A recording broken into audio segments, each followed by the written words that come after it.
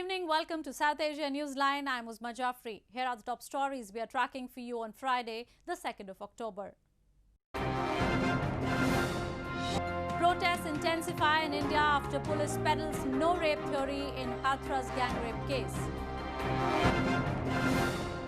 Balochistan facing pandemic of impunity and abuse of rights, activist tells UN.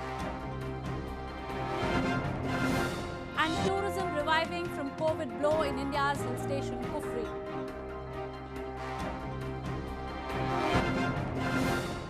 And now for all the details. Widespread protests continued across India on Friday to demand justice for a 19-year-old girl belonging to the lowest rung of the country's caste system who was allegedly raped by 4 upper caste men on September 14. Police on Thursday said that there were no rape traces found in the post-mortem report of the victim, who succumbed to injuries earlier this week. Members of different political parties on Friday joined in the widespread protests across India over the alleged gang rape of a 19-year-old girl who belonged to the lowest rung of the country's caste system by 4 upper caste men. Protesters willing to visit the family of the victim in Hathras of northern Uttar Pradesh state were stopped by local police from entering the district, giving excuse of the pandemic time and prohibitory Section 144 imposed to bar gatherings.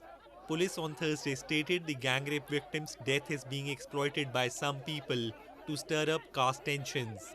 Earlier in the day, a senior police official said a post-mortem report indicated that there were no traces of sperm found in the samples collected from the victim. हम लोग जा रहे थे, वो दलित जो है, जो दलित परिवार है, जिसके ऊपर जो लड़की को जला दिया, हम उसके पास में जा रहे थे. वो जाने नहीं दे रहे थे, लेकिन जैसे ही अंदर घुसने के लिए हम कोशिश किया तो पूरा ब्लाउज पकड़ के वो जो लेडीज पुलिस है और हमारा जो सांसद है प्रतिभा मंडल ड्रेगदा उसके ऊपर लाठीचार्ज किया और ड्रेगदा तो नीचे गिर ही गए. Protests sparked across India by rights activists and political parties after the Hathras victim died in Safdarjung Hospital in Indian capital New Delhi on September 29. Her body was allegedly cremated by the local police forcibly on the same day without her family's consent. India on Friday paid homage to iconic freedom movement leader Mahatma Gandhi on his 151st birth anniversary. Known as the father of nation, Mahatma Gandhi played a key role in India's fight for independence from British rule through a non-violent struggle. Indian President Ram Nath Kovind led the nation in paying homage to iconic freedom movement leader Mahatma Gandhi at his memorial in New Delhi on his 151st birth anniversary on Friday. Indian Prime Minister Narendra Modi, along with other leaders, also offered flowers at Rajghat, the resting place of the father of the nation, to pay his respects to Gandhi.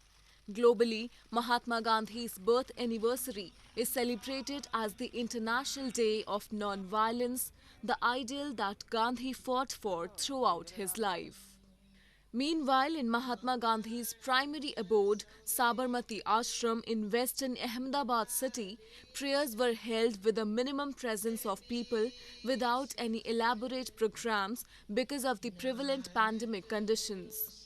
वो परंपरा आज चालू रखने के लिए जो भी नियम है डिस्टेंस का और बाकी का वो नियम रख के बहुत ही मर्यादित संख्या में हमने यहाँ सर्वधर्म प्रार्थना का छोटा सा एक आयोजन, कोई वक्तव्य और कोई प्रोग्राम नहीं है, सिर्फ प्रार्थना करके हम अलग हो जाएंगे. Born on October 2, 1869, in Porbandar town of western Gujarat state, Mahatma Gandhi played a key role in India's fight for independence. He was assassinated on January 30, 1948, almost 5 months after he led India to freedom from British rule through a non-violent struggle in 1947. In news from Pakistan, former Pakistani Prime Minister Nawaz Sharif, while hitting out at the incumbent PM Imran Khan-led government, has said he would no longer remain quiet on the dual standards of accountability in his country. Sharif's remarks came as in response to his recent speeches against the government. The Pakistan Electronic Media Regulatory Authority has banned the broadcast of speeches, interview of absconders or proclaimed offenders.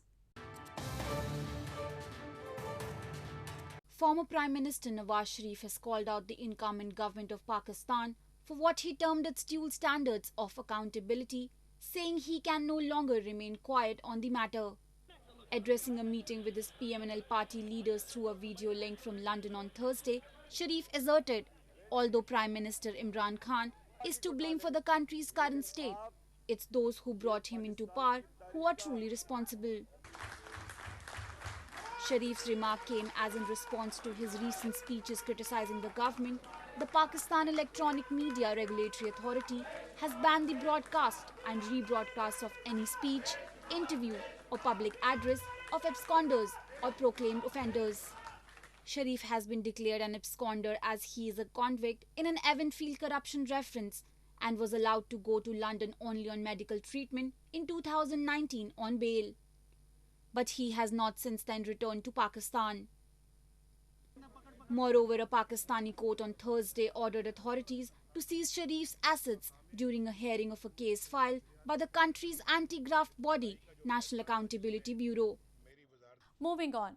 Baloch activist Munir Mengal told the UN Human Rights Council this week that Balochistan is facing a pandemic of impunity and abuse of rights. He urged stringent action against Pakistan over rising cases of enforced disappearances in the region.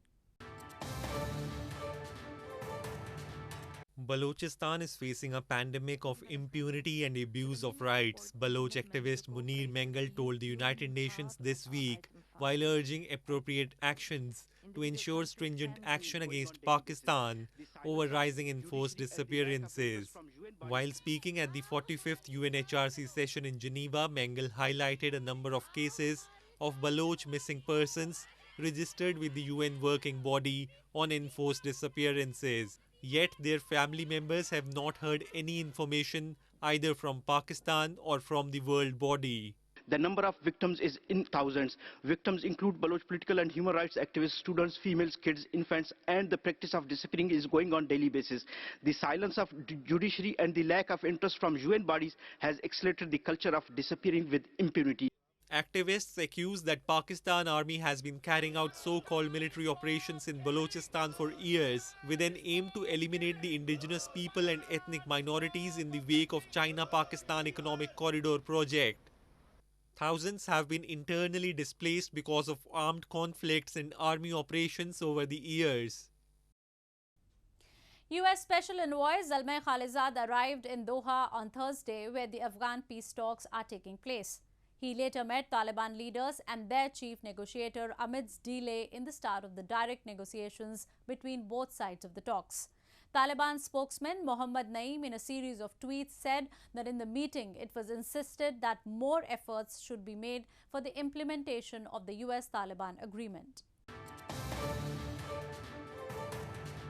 Amidst delay in the start of the direct negotiations between both sides of Afghan peace talks, Taliban spokesman Mohammad Naeem on Friday in a series of tweets said that U.S. Special Representative for Afghanistan Reconciliation Zalmay on Thursday met with Taliban leaders including Chief Negotiator Maulvi Abdul Hakim in Doha. Naeem said it was insisted in the meeting that more effort should be made for the implementation of the US-Taliban agreement. The release of Taliban prisoners was also discussed in the meeting.